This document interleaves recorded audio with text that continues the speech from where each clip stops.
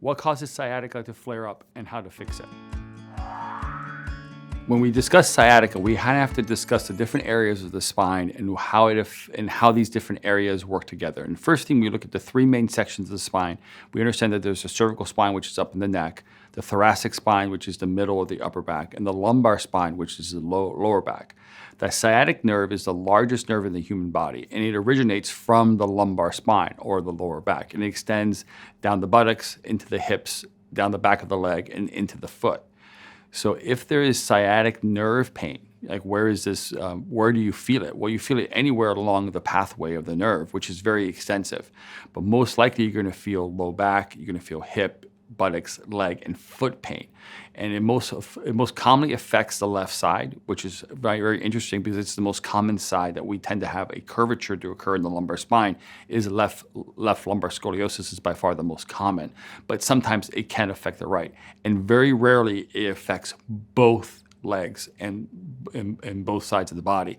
Normally sciatica is going to be an asymmetrical or a one-sided type of problem, either the left, which is the most common, or the right.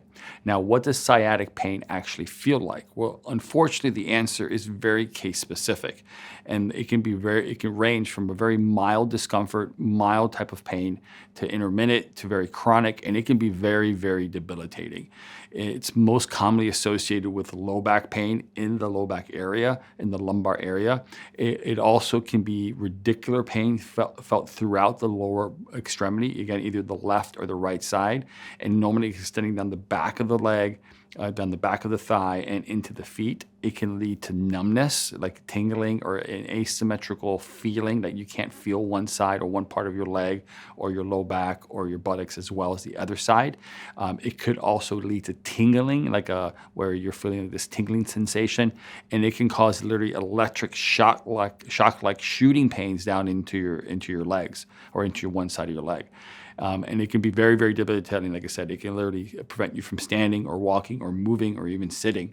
So it can affect your life in a very high manner. So what are some common causes of causing a sciatic to flare up? Again, the answer is also very case specific based upon the causation, the severity. But one very common thing is long periods of sitting, especially in a very bad posture, meaning leaning forward, bending forward, slouching, taking that normal lumbar lordosis and reversing the position in a seated position is a very common thing that can lead to a flare-up of sciatic pain. And these flare-ups are driven by what's causing the sciatic pain to actually occur, because the sciatic pain is normally not happening because a person has an abnormal nerve or a problem with the nerve itself. It's normally happening because there's compression that's occurring to the nerve tissue. And compression to the nerve tissue is normally coming from the spine itself. Very rarely it's coming from outside the spine area. And it's normally happening because something out of alignment is pushing and putting pressure on those nerves. And then when you sit in these abnormal postures and positions, you increase that abnormal alignment, so therefore you create more compression, which leads to more pain and more discomfort. And the longer you do it, the more likely it is to cause the issue.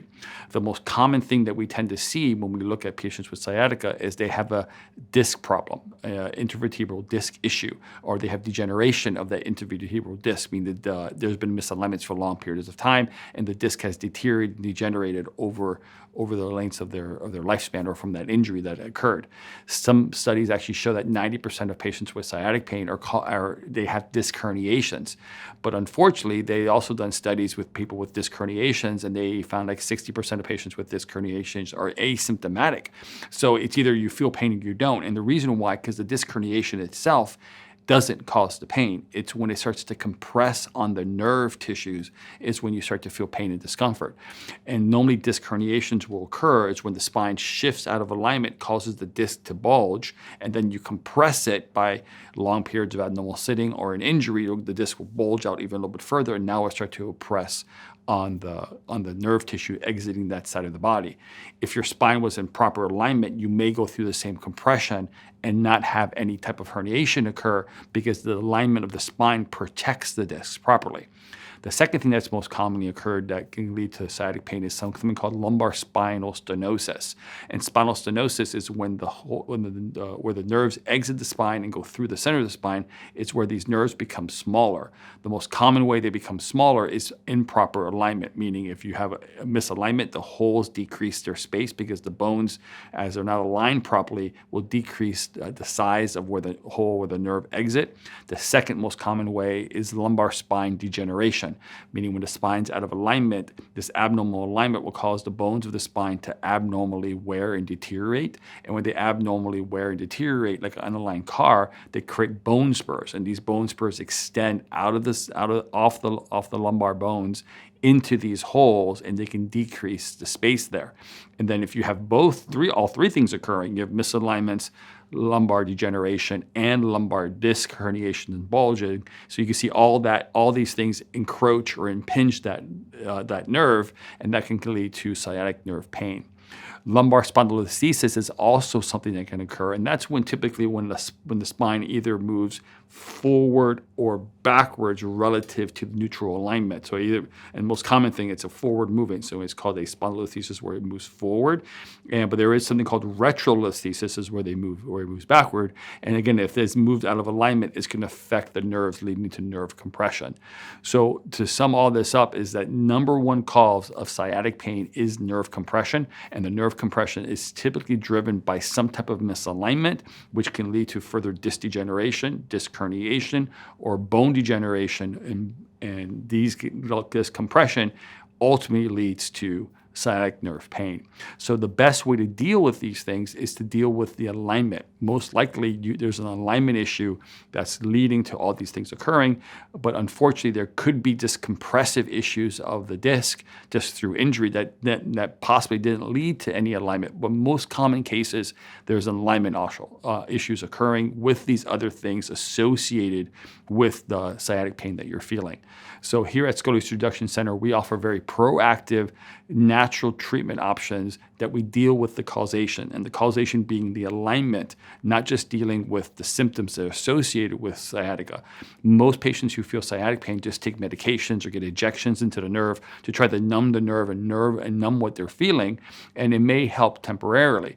But because the spine hasn't been addressed in its alignment issues, there is this degeneration, the disc herniations, all these things continue to get worse and over time, and normally whatever the patient was feeling will return, and normally returns worse than it did before, and now their spine is actually more deteriorated than it was before because it's been there longer, and normally you just have a harder treatment process to try to get better. So we recommend, even if you have to do some of these palliative types of treatments to help yourself with the pain that you're currently feeling, that you address the causation, which is normally alignment related, as soon as possible, because addressing the cause will ultimately lead to the best outcome in your future dealing with your sciatic type of pain. Thanks for watching. I hope you found this information helpful. If you'd like to hear about other topics and information on scoliosis, type in the comments below and let us know. And finally, subscribe and hit the bell icon to be notified of when we publish content. Thanks.